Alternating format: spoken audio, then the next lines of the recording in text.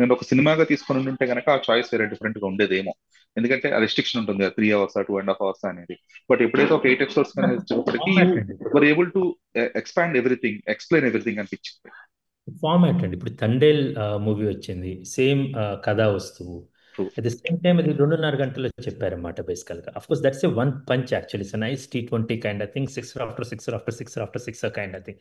But this is a test format అనమాట. It's proper long. Text format.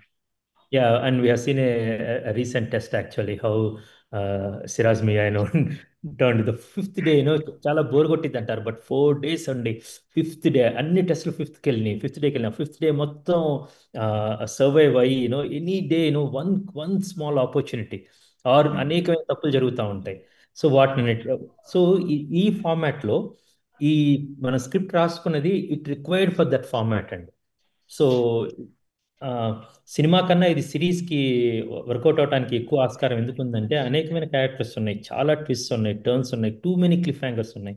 ఒక ప్రదేశం నుంచి ఇంకో ప్రదేశానికి కాన్స్టెంట్ ట్రావెల్ ఉంది.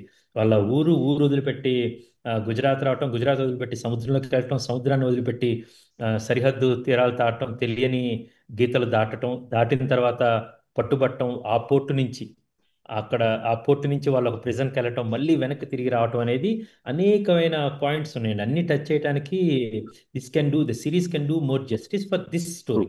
The same thing that's why which we have chosen series format, and we got an opportunity with Prime Video to tell this story అండి.